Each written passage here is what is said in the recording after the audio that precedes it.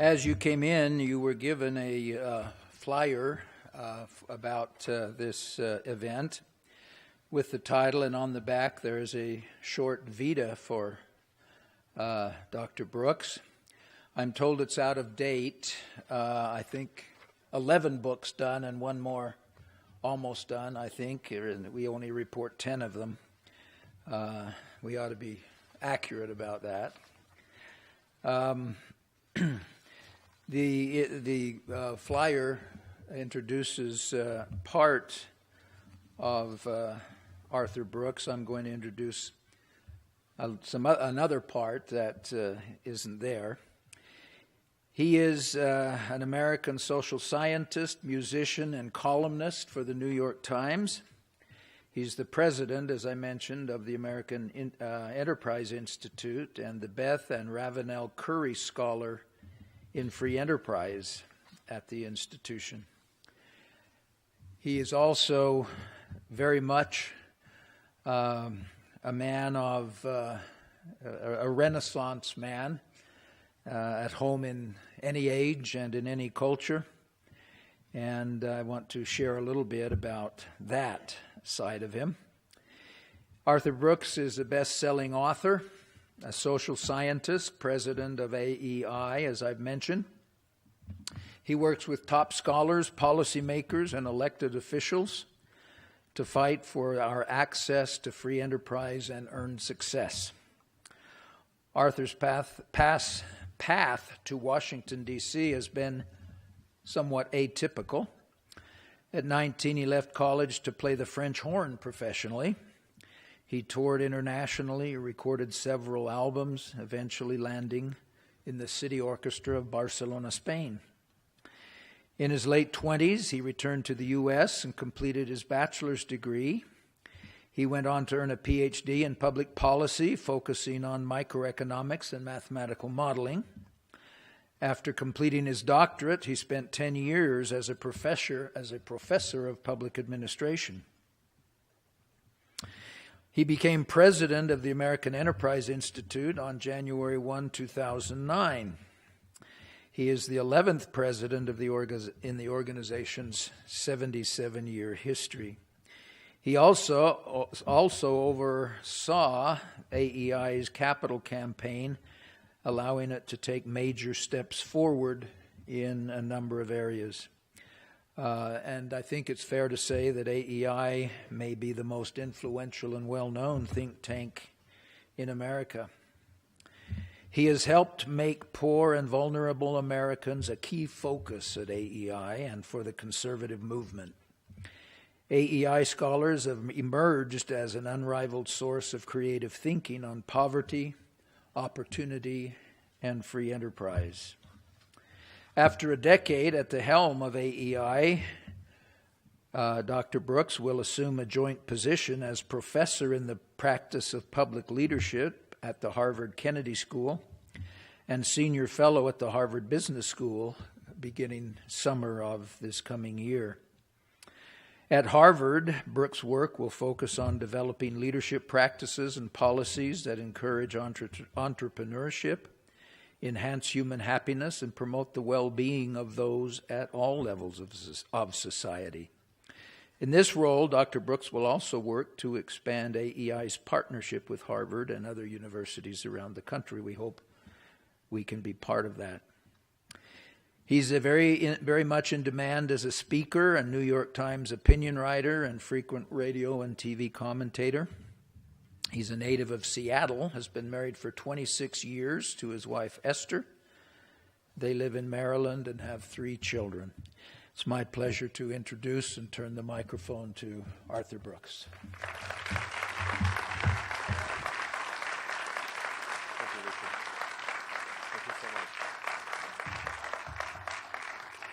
Thank you, Richard, and thank you to all of you.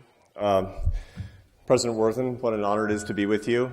Wonderful to be at BYU. I always look forward to it. I think this is my 8th visit to BYU over the years. I always feel at home. It's a strange sense of family, as a matter of fact, as if I had spent much more time here than I had, because there's a confluence of values, and that's really what I want to talk about tonight.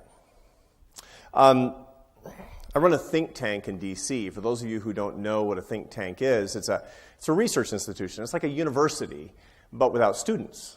Some faculty would say that's the best kind. We do research that's used by public policymakers, and largely on Capitol Hill and in the White House. We have for about 80 years. And one of the things that you learn quickly when you're the president of a think tank is that when you have an intractable public policy problem, cultural problem, any big problem, the way to solve it is not by thinking harder in the old way. Actually, all of you know that. You went to college. You've grown up, you're successful people. If you do anything in business, for that matter, anything in family life, which is problematic, you don't get to the root of the problem by muscling through it in the old ways. You need an epiphany. You need to think differently to solve old problems. Okay, now, that's true all through life. You can think of examples in your own life where you had a big problem and you solved it with a flash of new thinking. I'll give you an example that comes from my own family life, as a matter of fact. Richard mentioned that I have three kids. Until recently, there were 3 teenagers, so pray for me. And my middle son, who graduated from high school last spring, he always sort of struggled in school. Had a lot of potential, but never seemed to quite live up to it. And 2 years ago, my wife and I, we were doing a parent-teacher conference that was going very poorly. It was a grades problem. Is he going to graduate? I mean, and I got to tell you, for those of you who don't have kids, you will. It's really stressful. So, we're the grades problem. So we get in the car, and this is a constant thing. It's been going on for years. So we get in the car, my wife Esther and I'm driving, and we're driving back, and it's sort of silent, icy silence. And finally, my wife, she's from Barcelona. She's an optimist. And she says, we're thinking about this old problem in the wrong way. We need to think about it in a new way. And I said, I'm all ears, sweetheart. She said, at least we know he's not cheating. So that's the spirit in which I want to talk about some uncomfortable stuff tonight for America. What's the biggest problem in American politics today? Now, if you're super partisan, you say the other side, right? But that's not what most Americans say. When I talk to most people in this country, left, right, and center, they say something like, the real problem in America today, in American politics today, is it's too angry. There's too much anger that we're exhibiting toward each other. Now, that actually psychologically turns out to not be quite right. Anger is a hot emotion that says, I care about what you think and I care about what you do and I want it to be better. The real problem that we have in American politics today is much worse than anger. It's what psychologists call contempt. Now, contempt is defined as the conviction of the utter worthlessness of another human being. That's what you're hearing on TV, isn't it? That's what you're hearing on your favorite cable channel. That's what you're hearing from a lot of politicians when you read your columnists. And again, on both sides, contempt that we're expressing for each other. That's bad because, as you all know, when somebody expresses contempt for you, when somebody acts as if you are utterly worthless, you never forget it. It's permanent animus between people when they express contempt for each other. It's a love killer. It's a relationship killer. And that's what we're doing. Okay, so that's the problem. That's the big problem. That's the problem we're having a hard time solving. What's the conventional solution? What's the old thinking? The old thinking is we need more civility. We need more tolerance. You've heard it 100 times because there are 1,000 organizations dedicated to more civility in public life. Right? They all have the word common in it someplace. Or better together. Or something like that, right? Now, that's great, but it's not working. Obviously, it's not working. Why? Why is it not working? The answer is because it's the wrong model. Civility and tolerance are the wrong goal. Think about it. If you asked me, how's your marriage? And I said, we're civil to each other. You'd be like, yeah, you need some counseling, man. Or if I told you, my wife tolerates me. That's even worse.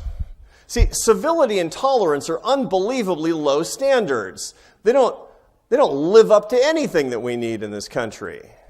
You really want to dedicate yourself to civility and tolerance? No. You at BYU, you need to dedicate yourself to love.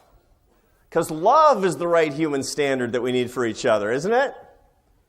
If we do that, then maybe we can solve this problem.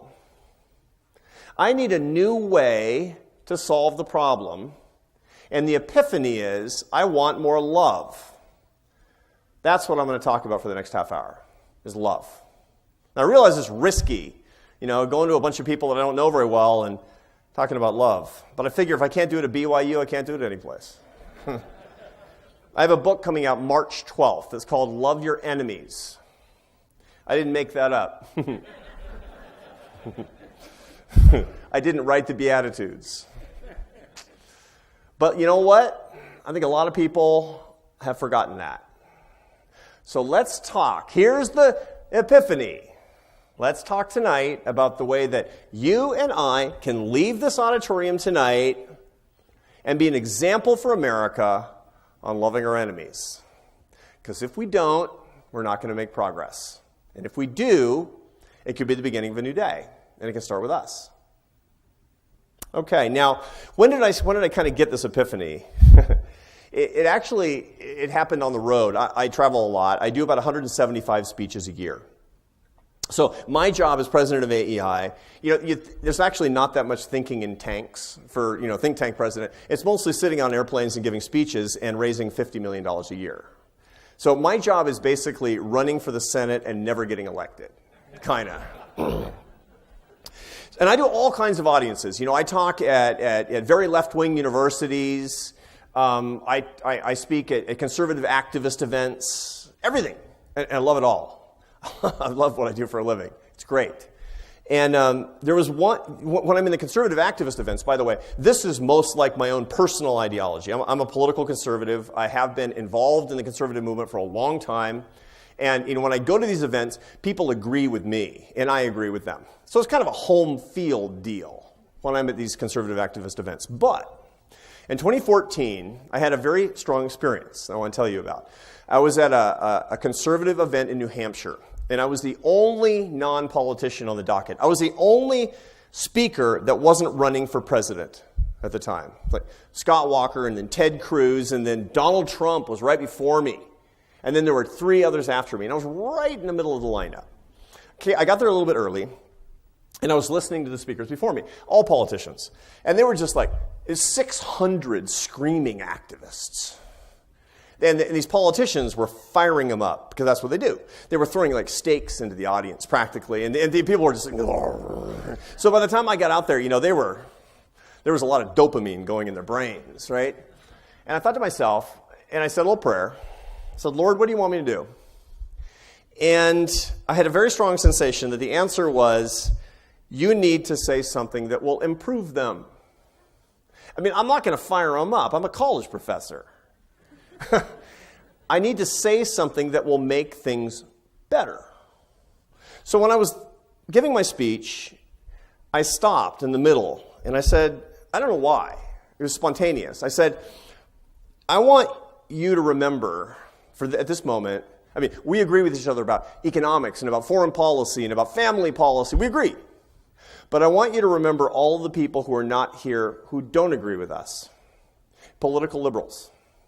And I want you to remember that they're not stupid and they're not evil. They're Americans. And this lady put up her hand and she said, I think they're stupid and evil.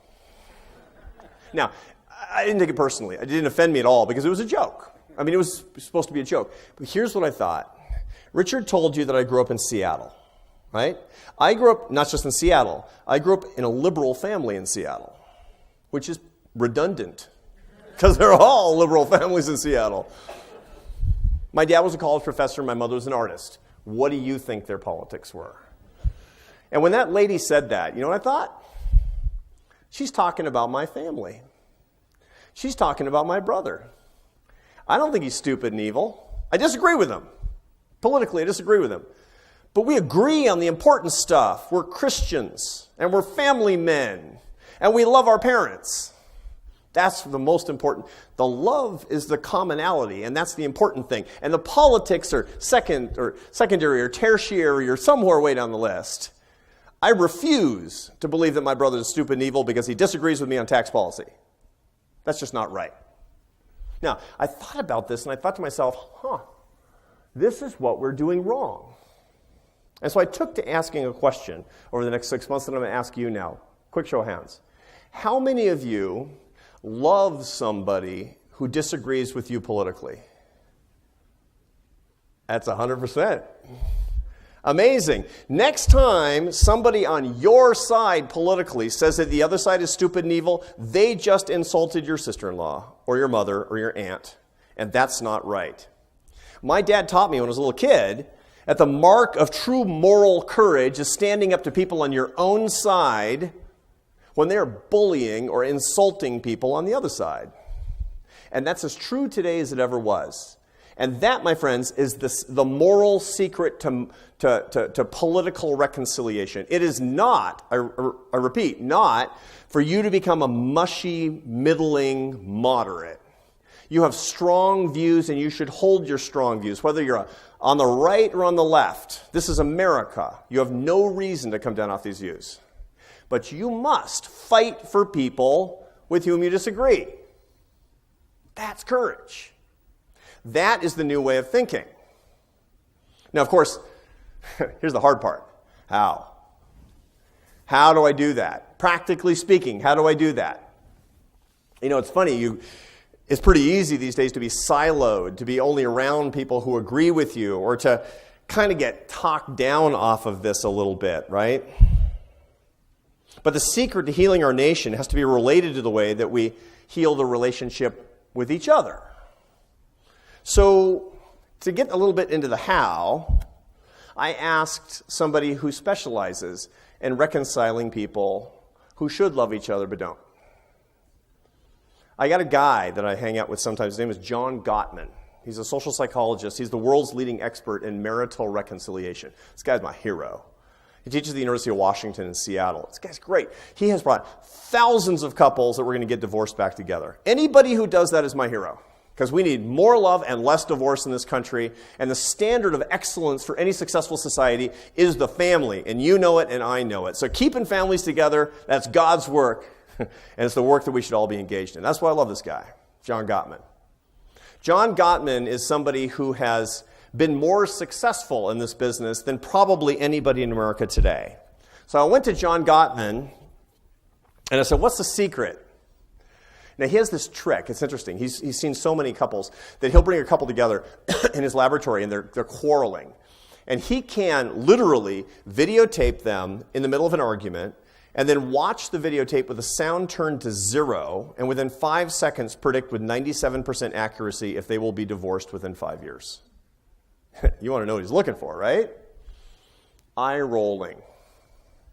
He's looking for mockery and disdain and a sneer of sarcasm. Why? Because those are the physical manifestations of contempt, not anger.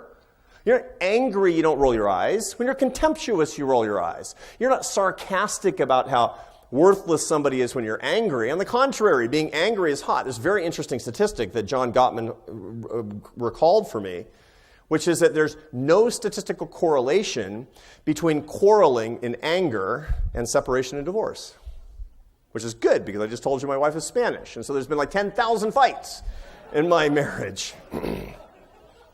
But there's no contempt.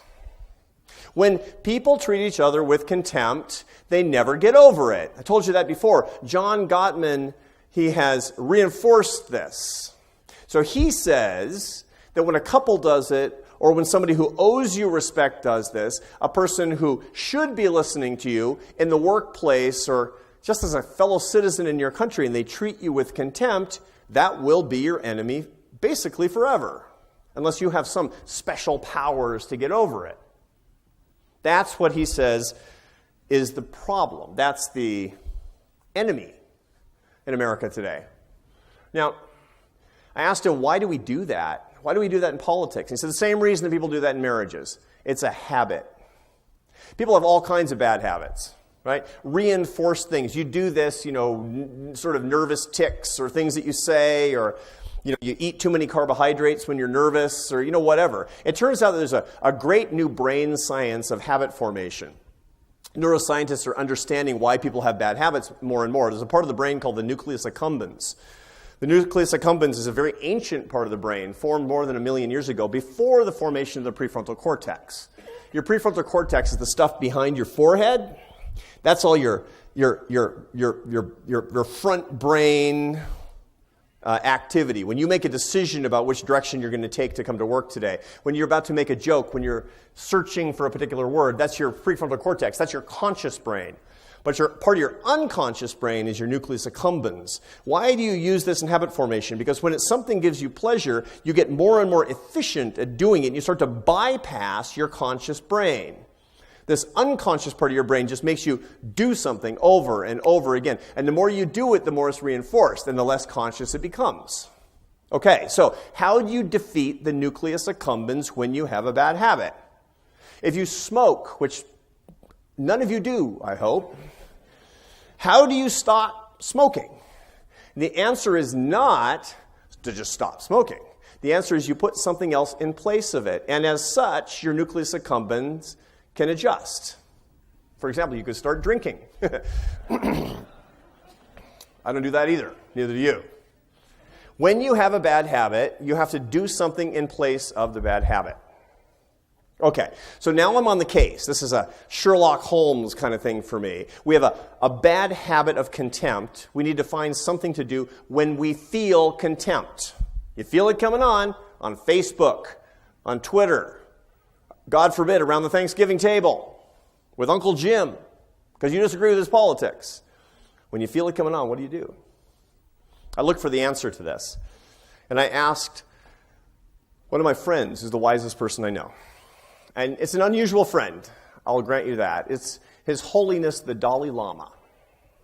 Believe it or not, I've been working with the Dalai Lama now for 6 years. I've had many conversations. We've written together in the New York Times, and I've interviewed him in public many times, in the United States and in India. I'm going to see him in 2 weeks in his home in Dharamsala, as a matter of fact. And he's been helpful to me in so many ways. He's a lovely man. As those of you who are not very familiar with the Dalai Lama, he's the leader of Tibetan Buddhism. He's the most visible Buddhist leader in the world. And if you believe public opinion polls, the most respected religious leader living in the world today. Now, when I'm with the Dalai Lama, he always answers kind of transcendental, heavy, weighty questions for me. He's 83 years old, and he's a holy man. And I was thinking through this. Contempt, because he hates this contempt. He knows it's a problem, and we were talking about it. And I asked him, I said, Your Holiness, what should I do when I feel contempt? And he said, at that moment, you should practice warm-heartedness. And I thought to myself, you got anything else? Because that sounds like, fortune cookie or something. That sounds like an aphorism. That sounds weak. And I thought about it. Those of you who know the story of the Dalai Lama, you know there's nothing weak about this guy. He was exiled at age 16 as the leader of the Tibetan people by the Chinese communist military forces, kicked out of his homeland in Lhasa. Tibet is an enormous physical region that has only 6 million people, with the full force of the world's largest army. In the late 1950s, exiled the Dalai Lama as a teenager, taking his people into exile, poor, pacifistic, to be forgotten by society and to disappear. And what happened? Over the next 60 years, he became the most respected religious figure in the world. The cause of Tibet is a big deal. It's a constant problem for China. How? The Chinese communists, this is raw military force. The Dalai Lama's never held a gun. He wouldn't know what to do with it. What's his force? What's his power? He told me. He starts every morning praying for the Chinese leaders. Not that they'll give him back his homeland, but they'll live good and happy and upright lives. My friends, warm-heartedness is not for weak people. Contempt is for weak people. Warm-heartedness is for strong people who have control over their own lives and are in touch with their own souls. That should be us. We can do this too. See, that was a big flash of reality for me when I recognized that warm-heartedness is a sign of strength. So how do you do it? I asked him that. I said, okay, how do I do it? How do I do it? How do I get that moment of realization that I'm about to be contemptuous and I want to be warm-hearted instead? And he was very practical at that moment. He said, go to your room and remember a time when you accidentally did this, when somebody treated you horribly, when somebody abused you, and you responded with kindness and love and compassion by accident. Remember that time, and it will come into your mind every time, and you'll be able to replicate that feeling. It's very practical. Buddhism is very practical. So I went back to my little room and I started to think. And I actually had a memory, and I want to share it with you because it kind of changed my life when I remembered this, just as he suggested I do. It was a memory from 2006, around the time I probably first came to BYU, as a matter of fact. And what was going on in my life at that time? I was a professor at Syracuse University, very happily. Being a professor is the best job in the world. I mean, you get to think about ideas, you got great colleagues, you have wonderful students, it's really wonderful. And I was kind of working in relative professorial obscurity, and I was very happy. Now, I had written lots of books at that point. Nobody had ever read them. They were very boring. It was fine. And in 2006, I published a book that I expected to go into the pile of unread books that I had written. It was a book about charitable giving, about who gives and who doesn't. It was called Who Really Cares? And by that I meant who really gives as opposed to who thinks that they give. And it was very statistical and very mathematical, had a quantitative appendix at the back of the book. Who's going to read it, right? Well, something happened that was weird. It happens to college professors sometimes, very occasionally, where the news cycle hits your research agenda in just exactly the right way. Like the president said something about charitable giving, and I became the overnight expert in that subject. And so I was on TV every day for weeks. And my book, my academic book, started selling hundreds of copies a day. And my life changed forever. I mean, my life has never gone back to the way that it was before. And I really like it, I have to say. But it was very disconcerting at the very beginning because I was, people were saying, hey, I saw you on CNN. It was weird. And I was on Rush Limbaugh's radio show, and I thought nobody would know. But it turns out in the faculty lounge, they all were listening to Rush Limbaugh's radio show, and to their great consternation, their colleagues showed up on that show. But here was the weirdest part. I started getting email from strangers. That was the weirdest part because, people don't reach out who don't know you very often. But my email was easy to get. On any website of any university, you can get any professor's email address. And I started hearing from people. And when people read a book that you've written, and they read the whole book, they feel that they know you. And so they share intimate details of their lives. Like, I want to tell you about my grandma. It's like, I don't know you. And some people, when they don't like it, they tell you in great detail why they don't like it. Okay, so 2 weeks after the book comes out, my email pops up in the middle of the afternoon, and there's an email from a guy, one of dozens and dozens, email from a guy who hated my book, and it starts off like this. Dear Professor Brooks, you are a right-wing fraud. Which is a pretty unpromising way to start an email. But I read it anyway because I'm a good sport. And the first thing I noticed is that this email is like 5,000 words long. It's going to take me 20 minutes to read it. But I'm making my way through it. And the second thing I notice is that this guy is commenting on every single thing in my book. Every chapter, every data set, every table, but in vitriolic, insulting detail. It's like, the columns in table 3.1 are reversed, you moron. Stuff like that, right? But I'm continuing to read. And the thought that was going through my head as I read this whole book? I just read this guy's note about my book. He read my book. I was filled with gratitude because nobody ever read my books. So I thought to myself at that moment, as I was recalling in my little room in the Himalayan foothills that day, I remembered, I thought, I'm going to tell this guy in Texas who wrote me this nasty email how I feel. I got nothing to lose. Why not tell him what's written on my heart? So I wrote back to the guy, Dear so-and-so, I know you hate my book and you think I'm a stooge and hopeless, but it took me 2 years to write that book, and I put my whole heart into it, and you read every word. I'm so grateful to you for that. Thank you. Send. And then I waited. What if he's going to write me back, right? 15 minutes later, his response pops back up. And I'm kind of apprehensive, like, what's the next salvo? Here's what it says. Dear Professor Brooks, next time you're in Dallas, if you want to get some dinner, give me a call. Weird. What happened? He went from enemy to friend with one gesture. I quite accidentally changed his heart. And that's the point that the Dalai Lama was making. When you answer contempt with warm-heartedness, you can change a heart. Now, let's dig a little bit deeper into that. Because there are a lot of times when this might not work. When you might respond to somebody with warm-heartedness and it won't work. By the way, I just got this really super sweet, touching email this morning because I was giving a talk in New York last week. And I was giving a talk about poverty. A big audience in New York last week. And a guy comes up to me and he says, what can I actually do?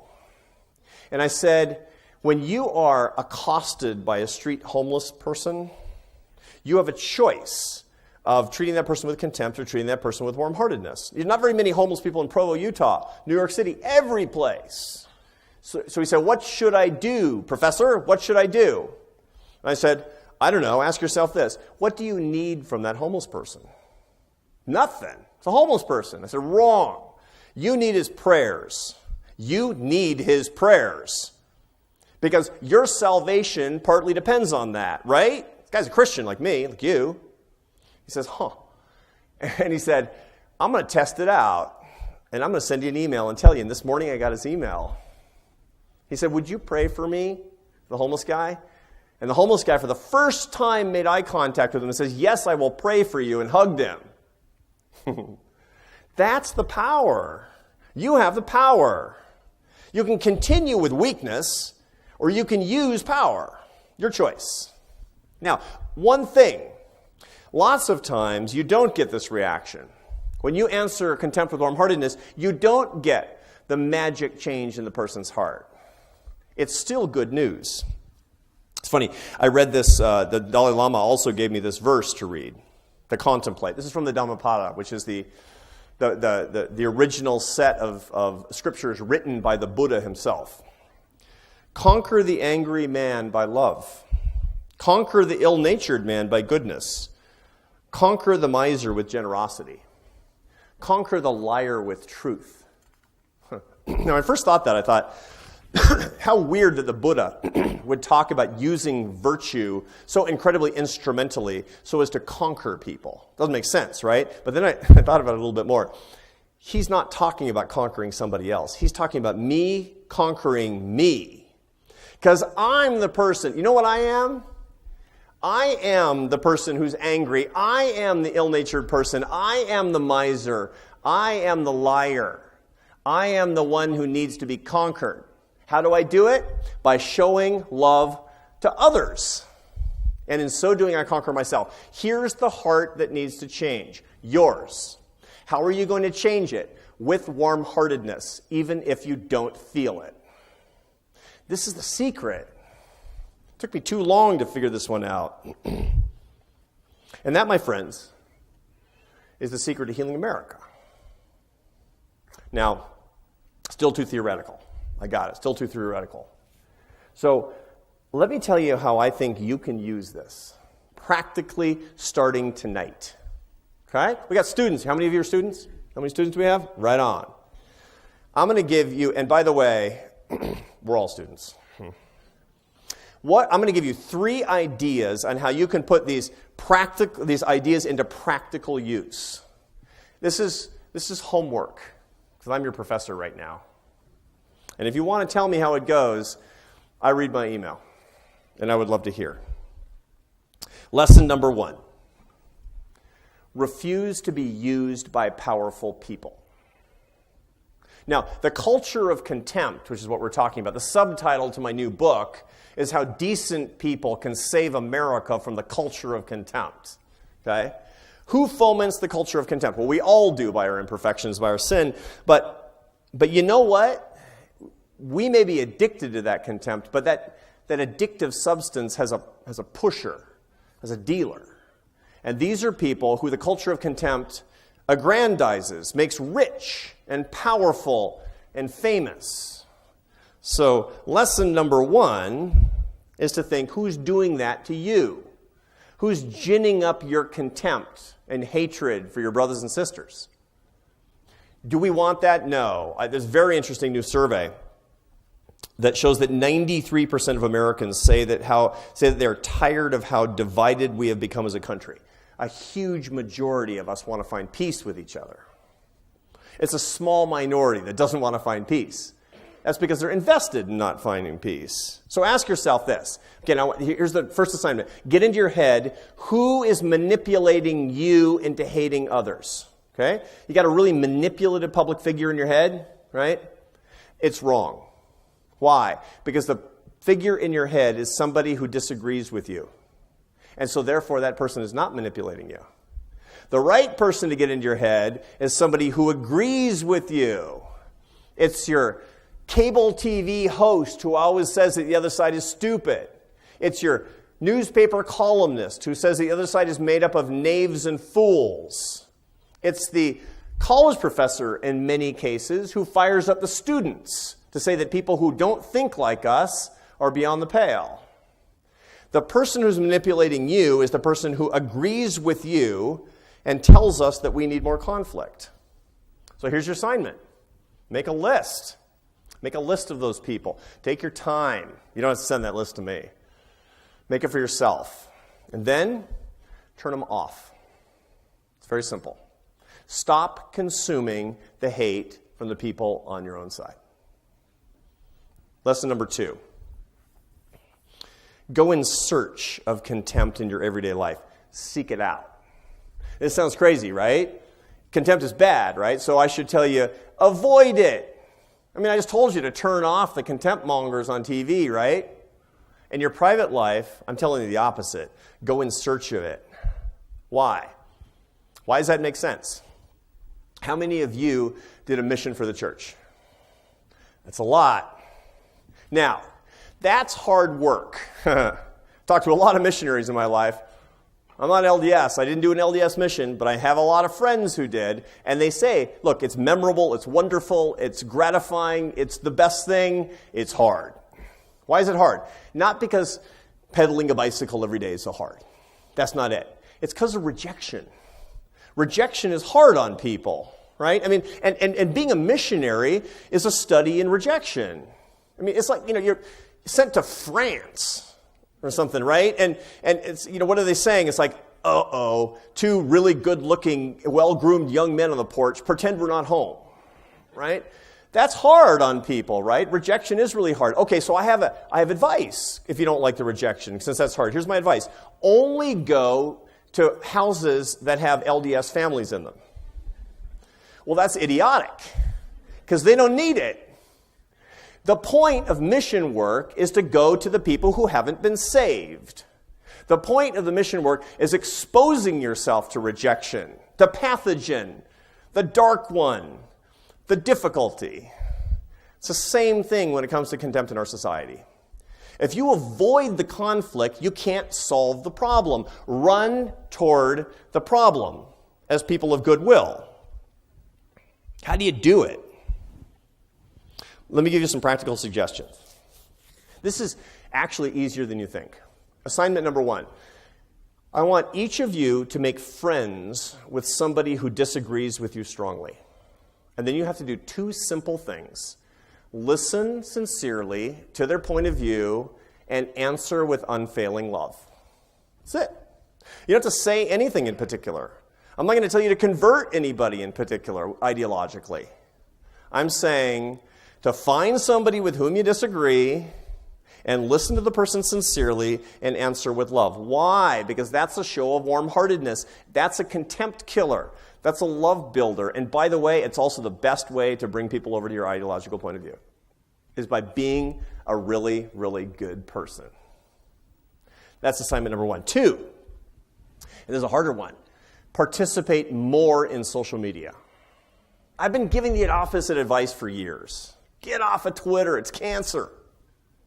Cancel your Facebook account is bad for you. Why? Because, look, I got a boatload of studies that show that every hour you spend on social media on average is an hour where you get unhappier. It doesn't have to be that way.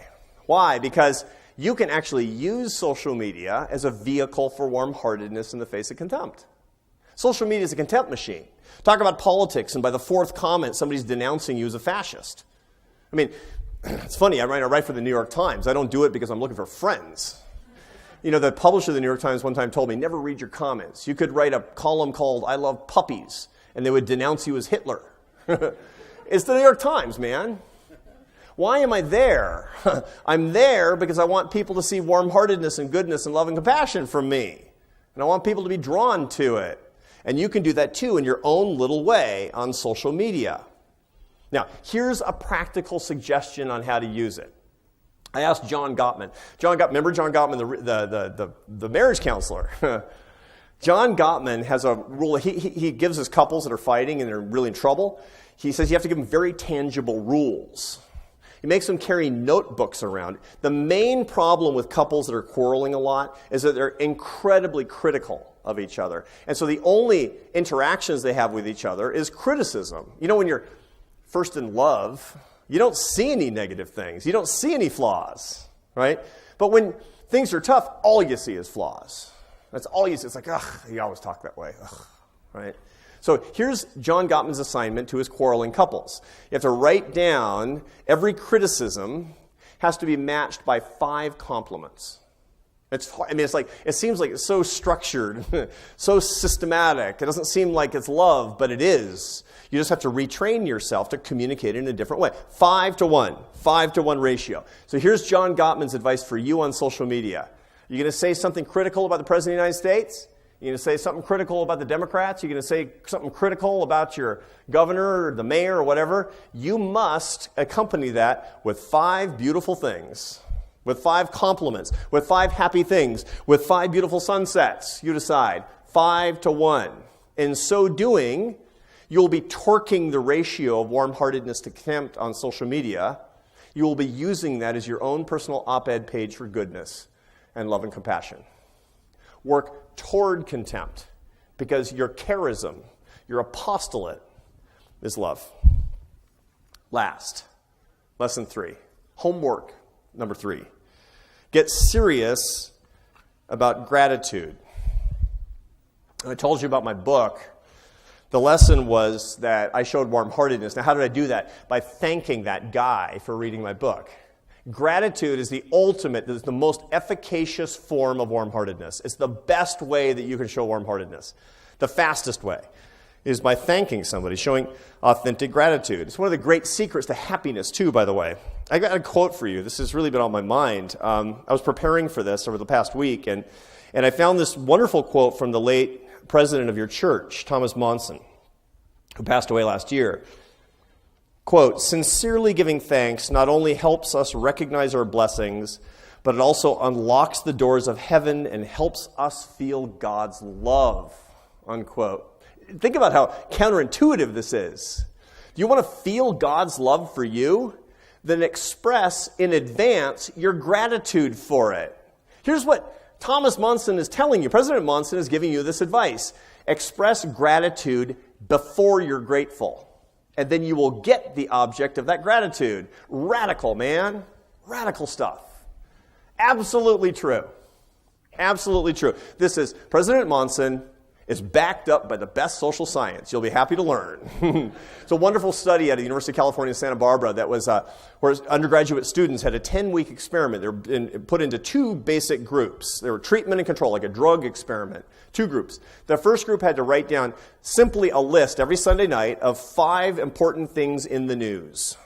Okay? The second list had to write down the 5 things they were most grateful for in their lives. Okay? Then every day during the week, they had to just look at their list for 5 minutes. And every Sunday, they had to update their lists.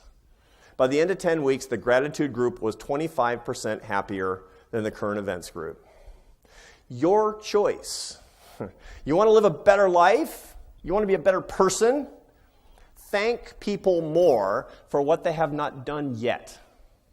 And you will make it come about. It will become a self-fulfilling prophecy. There's a great story that has had a big influence on me from the self-improvement writer Dale Carnegie. His most famous book, it's a beautiful book if you haven't read it, and everybody my age and older has read it, and most young people haven't read it. It's called How to Win Friends and Influence People. Dale Carnegie was kind of the Stephen Covey of the 1930s. He invented most of the American self-improvement movement.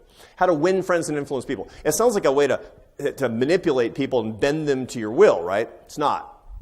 It's a very beautiful book about how to treat people with love and compassion and kindness and good ethics. And what he was doing was he was traveling all over the United States, finding the most successful people in every field and asking them for their secrets to success. And in every case, it's because they were behaving virtuously. So here's this one story that I love the most. He was on Broadway, and he was visiting the most famous magician of his time. It was about 1925 when he was writing this. It was a magician named Howard Thurston, the most famous magician in the world next to Houdini at the time. And Howard Thurston, he was a household name. It turns out his tricks were kind of ordinary. Rabbits out of hats, and card tricks, and he'd been doing it for 40 years. And so Dale Carnegie wanted to know what was the secret to his incredible success. So he goes to his show, and it's normal tricks, and people loved him. It turns out that the secret to his success actually was that he loved them. And he sees it, and he's laughing along with the audience, and he's engaged, and he's thrilled. It's 40 years of the same tricks. He could have been like, yeah, look at these rubes who are here from Wisconsin, and rabbit out of a hat, and then I'm done, a couple of scotches, and I'm going to bed. He loved them. So later, Dale Carnegie goes to Howard Thurston's dressing room and says, how did you do that after 40 years? And Howard Thurston says, very simple. Every night before I go out on stage, I say these words, quote, I am grateful because these people come to see me. They make it possible for me to make my living in a very agreeable way. I'm going to give them the very best I possibly can, unquote. And then, as he went on stage, just before he hit the lights, he would say to himself, I love my audience. I love my audience. You know what I said when I came out here tonight? In my last words? And it's true, because I do love you. I can't help it. You make it possible for me to make my living what I'm doing right now. How can I not feel gratitude to you for that? How can I not love you for that? The only way I can not love you for that is by forgetting how great this is, actually. Howard Thurston's mantra should be your mantra too. Gratitude is your third piece of homework. Gratitude lists and a gratitude mantra. And say it before your work. And say it before you interact with other people. And watch, my friends, watch the magic happen. That's your homework. I've given it to you. And I've given you the science behind it. But more than anything else, here's the main thing that I want you to remember. Almost all of you put up your hands when I ask you how many of you want on a mission. Right? Here's a trick question. How many of you have finished your mission? All the hands got to stay down now. Because this life is a mission. Here's how I want to think about it. Our mission, as I'm talking about, a lot of it, there's a lot of things in your mission, but what I'm talking about tonight is the mission against contempt. It's the mission toward love. It's the mission to bring America back together again without agreeing one iota. Sounds like magic, doesn't it?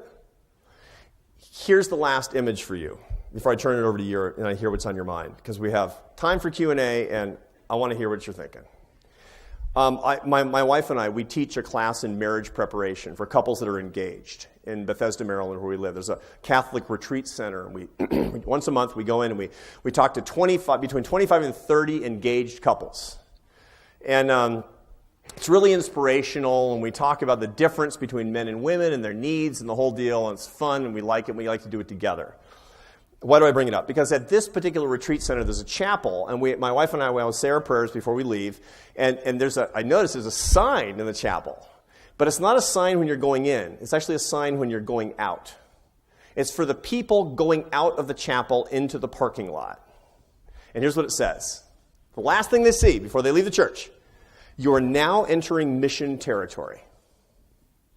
That sign should be over these doors. That sign should be over the front door of your house before you leave. Because every interaction that you have is a choice between making things worse and making things better, between showing love and participating in contempt, in being part of the solution or being part of the problem, of being unhappier or being happier. And the right answers are self-evident, but they are a choice that we make. And the only way we remember the choice is if we remember that when we leave this auditorium tonight, we're entering mission territory. God bless you, and thank you.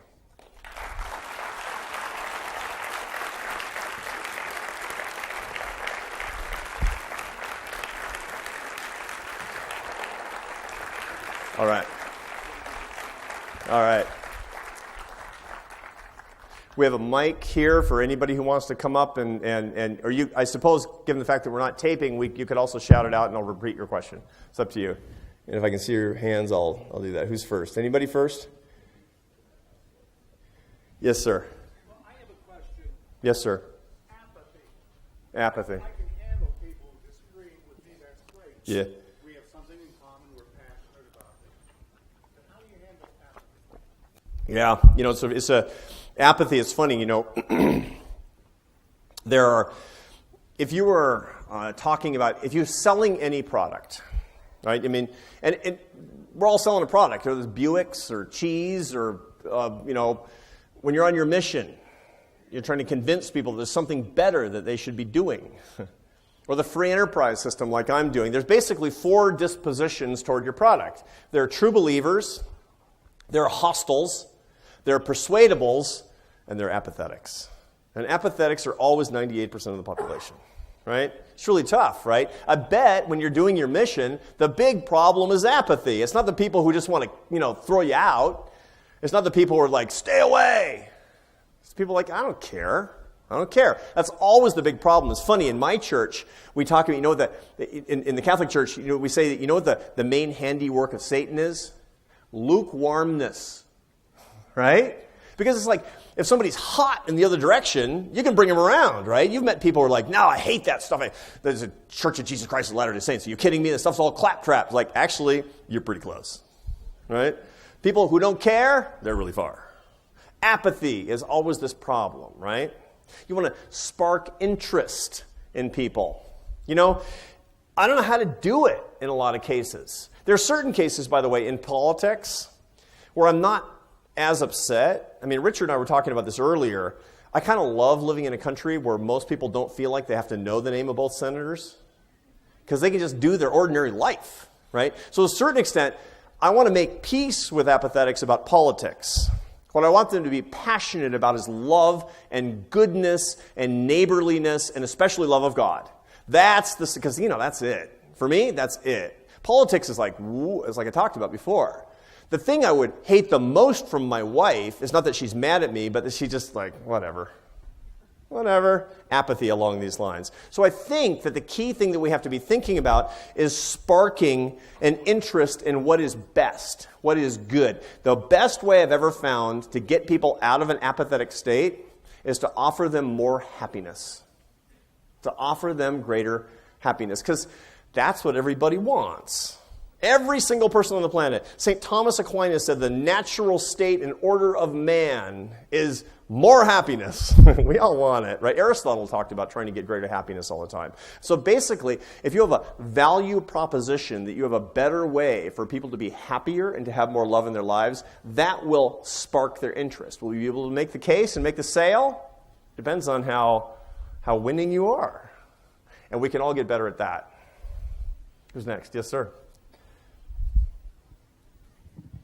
Hi, thanks for coming tonight. It's great to hear from you. Thank you.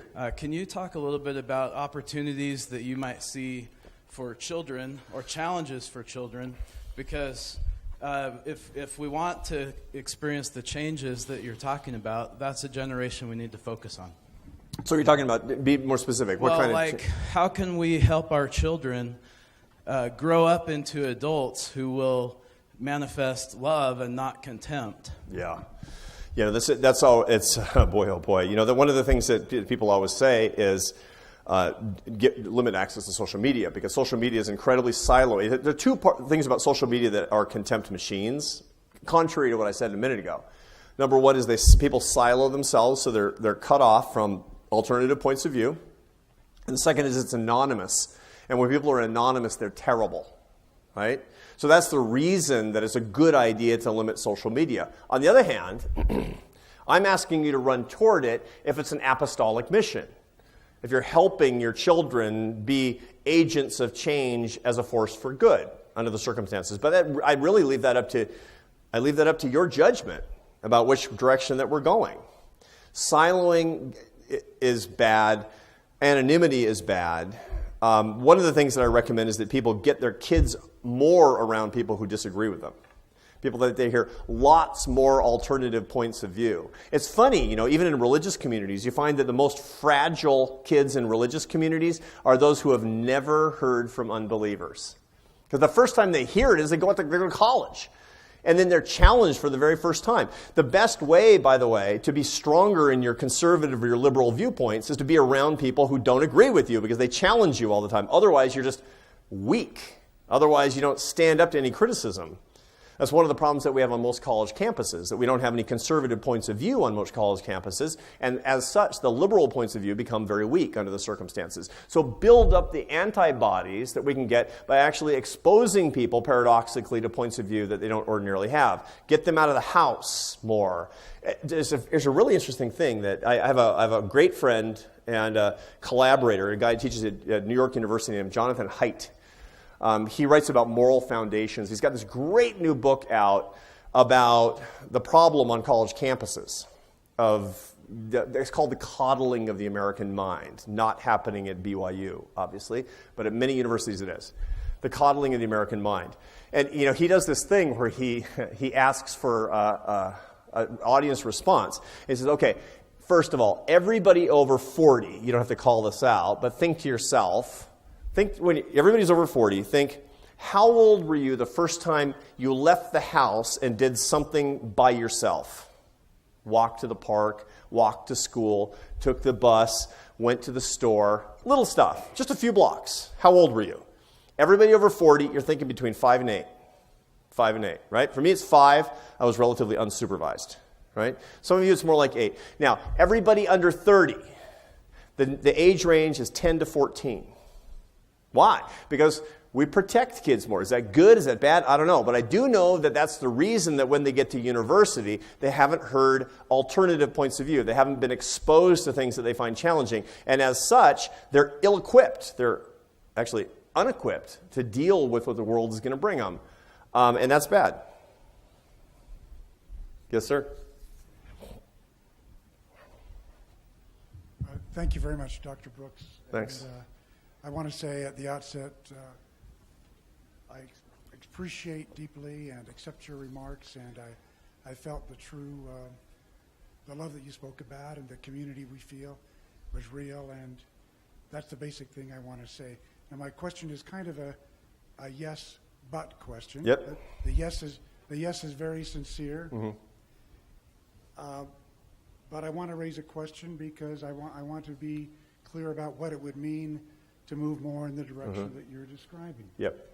And maybe I can describe where I'm going by recalling a quotation. You probably know this one from Jacques Maritain, the great French Catholic political and philosophical thinker, who said, apropos of political philosophy, that we must have, of Christian political philosophy, I should say, that we must have a soft heart and he actually said l'esprit dur, a hard mind or a firm mind. Right. And I'm just wondering how to translate, if Maritain is right, I think there's something true there, how to translate the firm mind into the warm-heartedness that you are talking about. Part of the issue I would have is that I think your view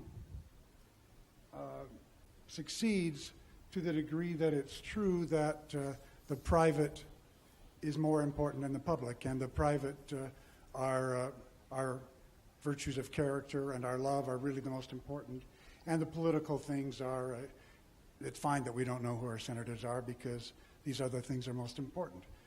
mostly I agree with you, but what if the stakes are big?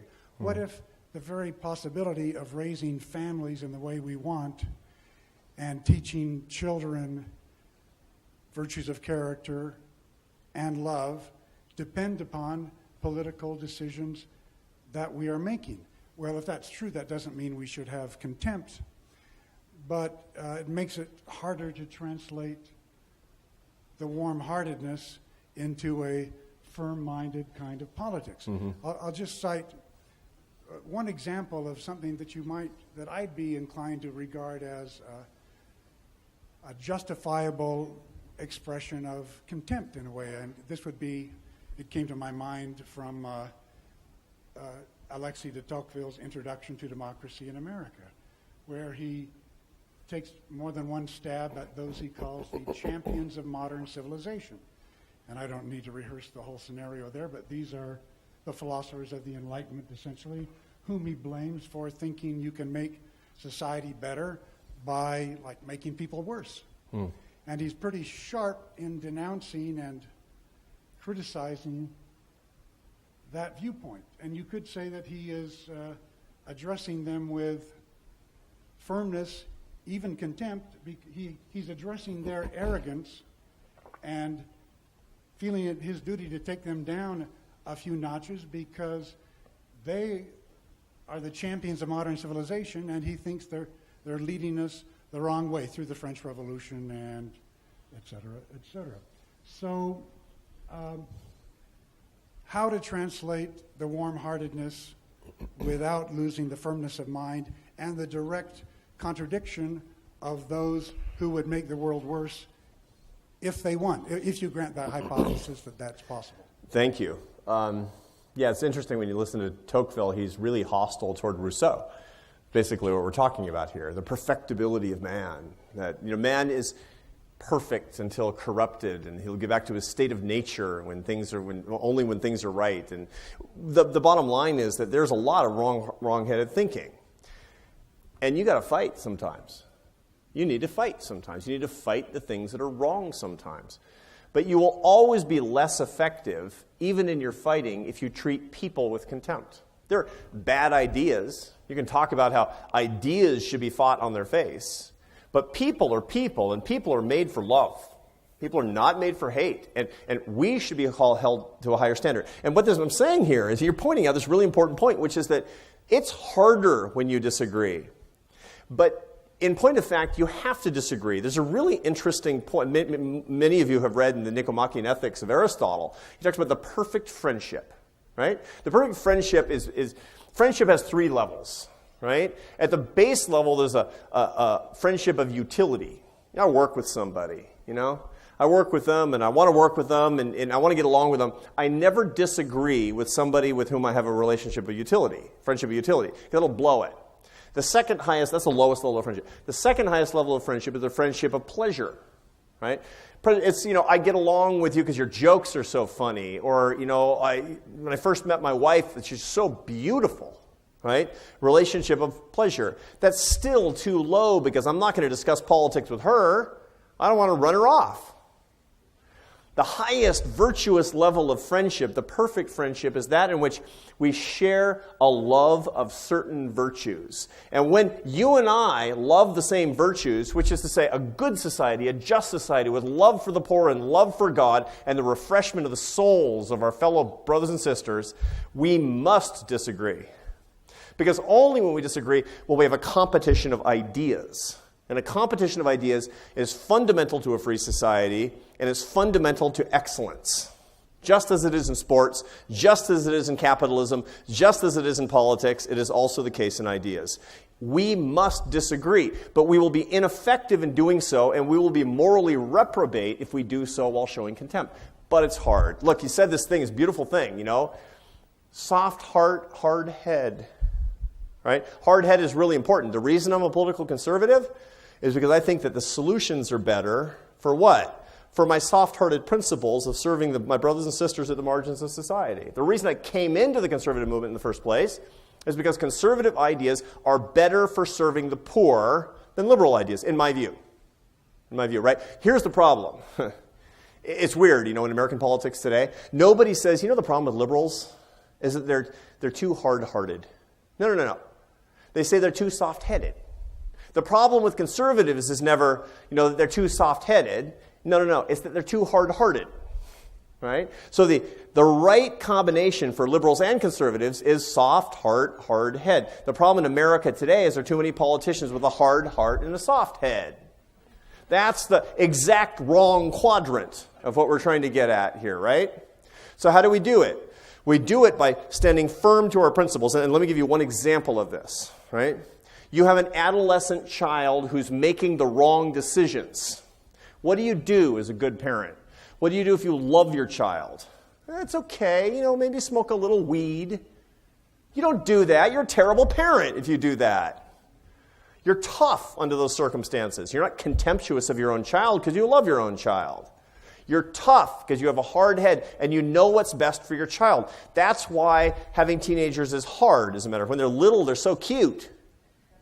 When they grow up, they're kind of nice. In the middle, they're awful. We're talking at dinner tonight. Catholics, we always say, grandchildren are God's reward for not killing your children. So that's a perfect example. If it's good enough for your kids, if you're not going to be soft-headed with your kids, you're going to be soft-hearted because you love them and hard-headed. You're going to disagree with them when it's appropriate to disagree with them, but you'd never treat with them with contempt because you love them. Everybody deserves the same consideration. And isn't that what your church teaches? Is to say what's true all the time, even when it's inconvenient. That's a question of courage. It's also a question of respect for other people and care for our world. You can't be weak on these things. But at the same time, you're going to ruin it. You're going to blow it. You're going to make permanent enemies, and it's going to be completely ineffective. And you're going to be going against biblical principles if you treat them this way. I'm talking about a delicate balance here. But that's what we grow up learning. That's what we're supposed to learn in Sunday school from the very beginning when we're kids. And that's what we pray that we'll have the grace to be able to show every day. Thank you for your beautiful question. Yes, sir. Thanks, Dr. Brooks. I want to go back to the practical application of what you're talking about. I work in politics. I'm a Republican, so I've worked in the Republican arena for a while. That's weird in Utah. I didn't think there were too many Republicans.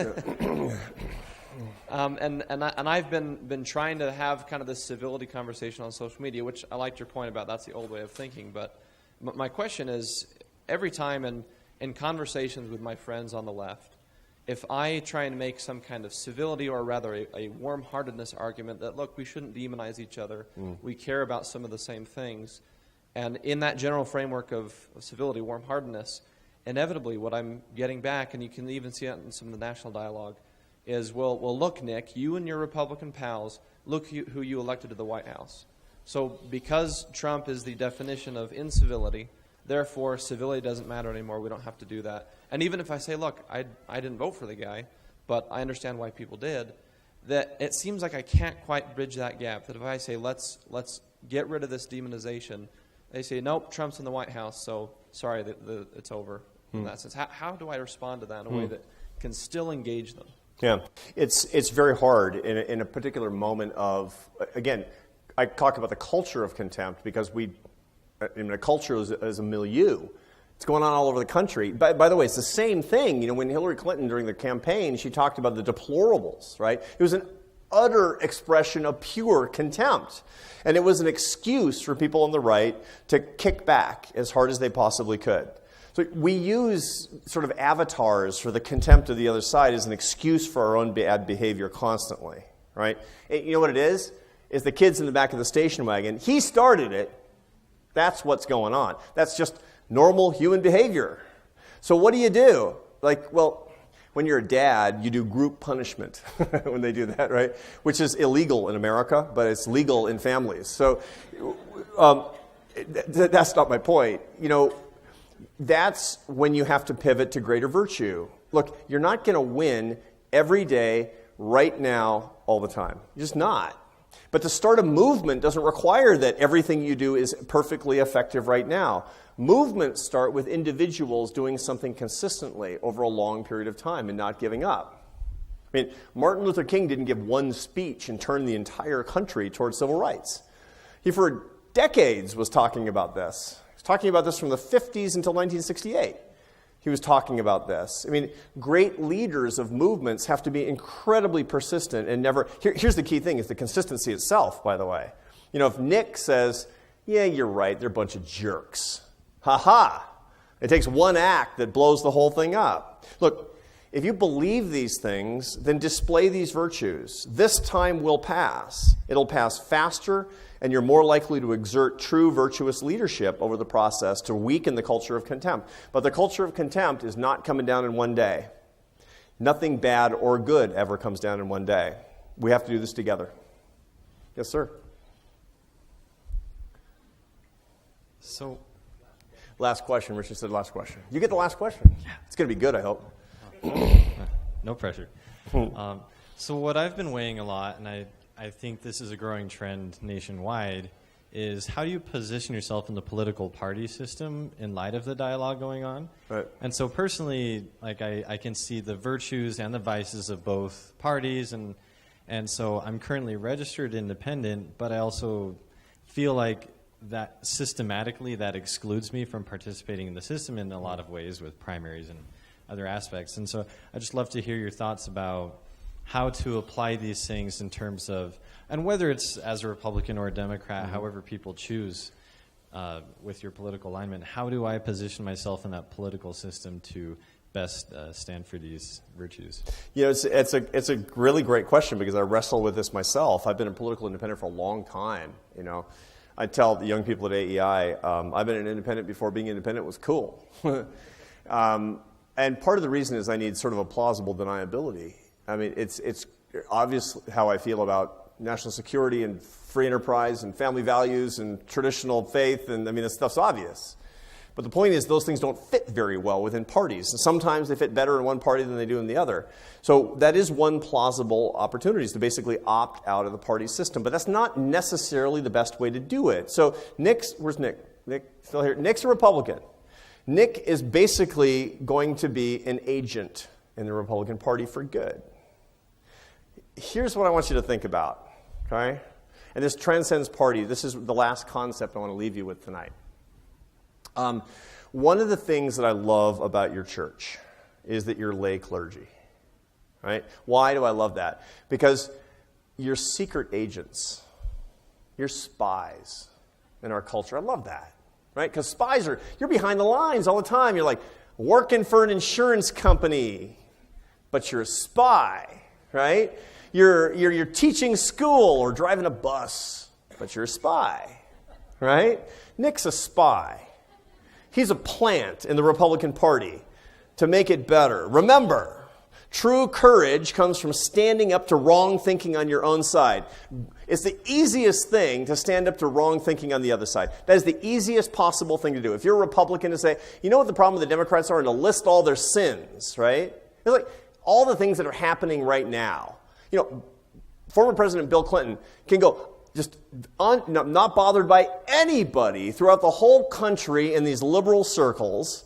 And he has had a past and that should offend everybody who's involved in the Me Too movement, more than like anybody I've ever met. Right? Why? Because of situational ethics. And by the way, we do it too. When I say we, I'm talking about conservatives. Republicans do it, Democrats do it. So Nick's a secret agent. He's going to bring love to his own side and hold his own side to account. He needs to be in the Republican Party. Each one of us has to decide. If you're a Democrat, I bet every single one of you who's a Democrat in here doesn't like a lot of things about Democrat machine politics in this country. I bet it bums you out. And if it doesn't, it should, because you're not thinking deeply enough about it. Same thing on the Republican side. So opt out. It's one way to do it. That's a statement. Works for me. Working for you. I like Nick's approach a little bit better. As a matter of fact, where he had wrestled with a moral quandary in public here tonight as a Republican because he wants to hold his own side to higher account. You decide the way that you're going to do it, but make sure one way or the other that you're a good spy and you're a good secret agent. And by the time people are on to you, they've already figured out that you're a force for good, you're a force for grace, and you're a force for happiness and love. If you do that, really is mission territory. Thank you again.